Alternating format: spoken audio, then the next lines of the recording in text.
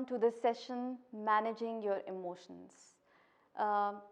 ये कहावत भी है, when emotions goes up, intelligence goes down. हमारी सोचने समझने की सलाहियत नीचे चली जाती है जब हम जज्बात से फैसले कर रहे होते हैं.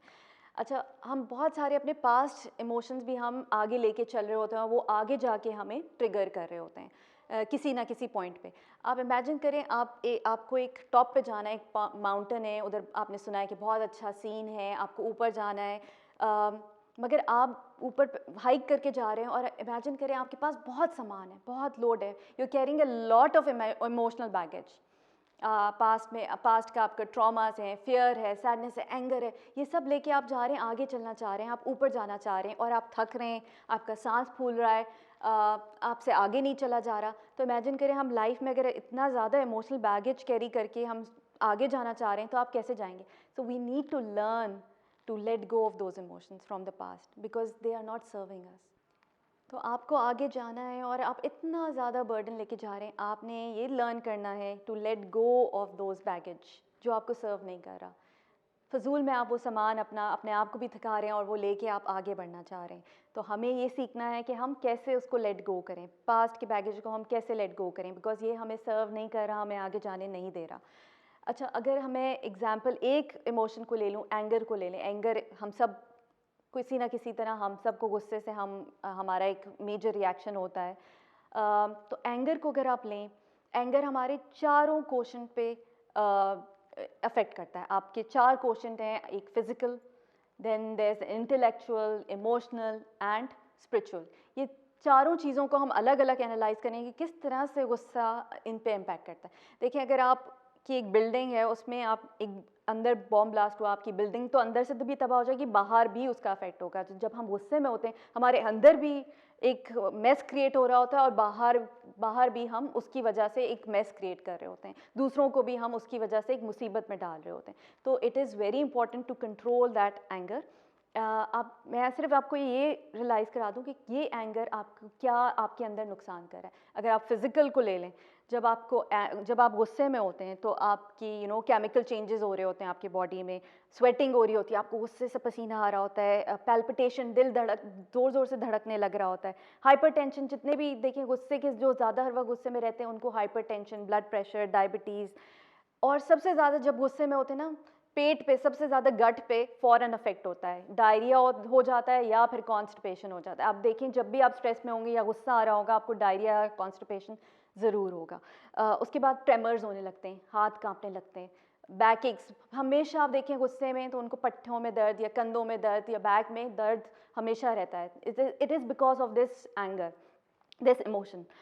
उसके बाद नेक स्टिफनेस होने लगती है, आपकी गर्दन बिल्कुल स्टिफ हो जाती है, स्लीप डिसऑर्डर्स हो जाते हैं, नींद नहीं आती. तो ये सारी चीज़ें लेकर अगर आप जा रहे हैं, you want to be productive, अगर आप ये सारा एंगर लेके आप काम पे जा रहे हैं तो आप किस तरह से प्रोडक्टिव होंगे. इसी तरह अगर आप ले लें इंटेलेक्ट को, जो हमारा इंटेलेक्ट है उस पर किस तरह से एंगर अफेक्ट करता है. हमारी जो थॉट्स जो हैं वो क्लाउडी हो जाती हैं. आप देखिए, अगर आप हाईवे पे जा रहे हैं और आपका शीशा बिल्कुल फॉगी हो गया, आपको कुछ नज़र नहीं आ रहा आगे क्या है, आपको अपना डायरेक्शन नहीं नज़र आ रहा, यू बिकम अनक्लियर. फिर lack of concentration and focus. जब हम गुस्से में होते हैं, हम उसी चीज़ के बारे में सोच रहे होते हैं, उसी के बारे में सोच रहे हैं, इन्होंने ऐसा किया क्यों, अब मैं इनको मज़ा चखाऊंगा. आप रिवेंज में लग जाते हैं, आप उसी चीज़ पे फोकस कर रहे होते हैं. और जब आप काम पे जाते हैं, आपके कोई प्रोजेक्ट पे काम करना होता है, आपकी उस पर कॉन्सेंट्रेशन और फोकस नहीं होता. लैक ऑफ डिसीजन मेकिंग होती है. You can not decide, you can not take decisions because आपके माइंड में हर वक्त गुस्सा है, you are not able to concentrate and focus. तो आप सही डिसीजंस नहीं ले सकते और आपका एमिगडाला जो है वो फ़ौरन हाईजैक हो जाता है. इमोशनल इंस्टेबिलिटी, आप जज्बात में फैसले कर रहे होते हैं. ये हमारी इस तरह से हमारी इंटेलेक्ट को गुस्सा इम्पैक्ट करता है. बिकॉज एक एंगर इज़ मेजर इमोशन, इसके अंडरलाइंग और भी इमोशंस हैं. इमोशंस पे कैसे हमारे अफेक्ट करता है, हमें एनजाइटी होने लगती है. जितने देखे लोगों को जिनको गुस्सा रहता है उनको एंजाइटी होगी कि ऐसा हो गया तो क्या होगा, ऐसा नहीं हुआ तो क्या होगा. वो हमेशा इसमें रहते हैं. फिर डिप्रेशन उनको होती है, हमेशा वो पास्ट की चीज़ों के बारे में सोच रहे होते हैं, पास्ट में इसने ऐसा किया था मेरे साथ. उनको दे आर रिवेंजफुल. उनको हमेशा फ्रस्ट्रेशन रहती है, गिल्ट रहता है और एक हेल्पलेसनेस सी एक कैफियत होती है उनकी, मजबूरी की कैफियत कि क्या करें, मतलब बदला लेने का उनकी आंख होती है कि बस इन्होंने ऐसा किया तो बस मुझे उनको उसमें ही गेन मिलता है कि मैं भी इसको किसी तरह मज़ा चखा दूँ। उनमें रिवेंज की जो आग होती है वो होती है। जब आप में ये सब चीज़ें आप लेके फिर रहे हैं तो आप बताएं आप अपने गोल्स को कहाँ उनके फोकस करने का आपको कहाँ कब टाइम मिलेगा, कैसे टाइम मिलेगा। उसके बाद सबसे इम्पोर्टेंट और सबसे ख़तरनाक वाली ये चीज़ है, जब गुस्सा आता है तो क्विटिंग डिज़ायर पैदा हो जाती है। क्विटिंग डिज़ायर, तुमने ये कहा तो चलो मैं बच्चे को स्कूल से ही निकाल दूँ, तुमने ऐसा बोला तो मैं घर छोड़ के ही जा रही हूँ। Aahista Aahista this is the first step. तुमने ये किया तो मैं दुनिया ही छोड़ के चली जाती हूँ। This is the first step of suicidal tendency and this is very dangerous. उसके अलावा आपकी स्पिरिचुअलिटी पे कैसे अफेक्ट करता है, spiritual question. Spirituality is not about religion, it's like your purpose, your higher purpose. आपने क्या अपना एक पर्पस बनाया हुआ। हमारी स्पिरिचुअलिटी ना जो हम उसको नीचे ले जाते हैं। अगर सब रिश्वत ले रहे हैं तो ऐसी की तैसी मैं भी करूँगी, मैं भी लूँगी। इस तरह की आपकी स्पिरिचुअलिटी जो है वो नीचे आ जाती है। हमारी जो ये एक्शंस है ये सिर्फ गुस्से की वजह से आ रहे हैं। तो आप इमेजिन करें, रिफ्लेक्ट करें, गुस्सा आपको किस तरह का नुकसान पहुंचा रहा है। फेवर तो नहीं कर रहा, ना आपको गोल्स की तरफ लेके जा रहा है अगर आप हर वक्त गुस्से में, but it is in your control and you can manage it. अब मैं आपको सिर्फ एक एग्जांपल देती हूँ। आप किस तरह से आप दूसरों को नहीं कंट्रोल कर सकते, दूसरों के रिएक्शंस को नहीं कंट्रोल कर सकते, बट 100% अपने आप को, अपने रिएक्शंस को कंट्रोल कर सकते हैं। अब मैं आपसे बात कर रही हूँ, आप आए, मैंने किसी को सुना दिया, आपको बोल दिया कि भाई आप तो बड़े, आपने ये किया, तो आप जो है एकदम से वो हो जाएंगे कि इन्होंने किया, आपने भी मुझे आगे से कोई ऐसी बात सुना दी तो फिर मेरे और फ्यूज़ उठ जाएगा इस तरह से। मगर ये होगा, you can control your reaction. अगर मैंने कोई आपको टेढ़ी बात बोली, आपने अपना रिएक्शन, अपने वर्ड्स चेंज कर लिया। आपने कहा जी मैं तो आपकी बड़ी रिस्पेक्ट करती हूँ, आप मुझसे कौन सी ऐसी गलत बात हुई जो आपने ये बात की, तो मैं फिर थोड़ा सा शर्मिंदा हो जाऊँगी, मेरा रिएक्शन थोड़ा सा काउंट डाउन हो जाएगा। तो आप ये देखें कि अगर आप एंगर में आ रहे हैं, डोंट रिएक्ट, कि आप किस तरह से अपना रिएक्शन को आप चेंज कर सकते हैं, आप किस तरह से अपने गुस्से को कंट्रोल कर सकते हैं।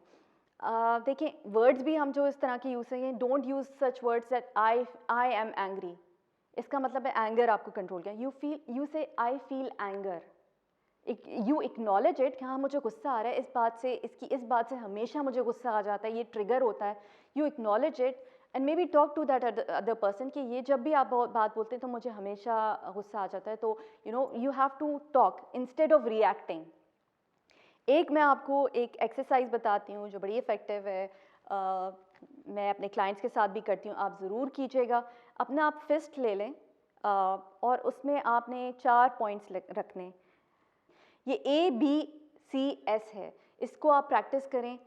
सबसे पहले आपने एक्नॉलेज करना है, B आपने ब्रीदिंग स्टार्ट कर देनी है, C आपने काउंटिंग स्टार्ट कर दी है backwards to be grounded, maybe 5 4 3 2 1, and then you ask a powerful question as is, जो आप सोल्यूशंस की तरफ जाएं कि अगर मैंने इसको थप्पड़ मारा तो क्या इसका नतीजा होगा, मुझे क्या हासिल होगा, what will be the long term cost. Ask some powerful questions.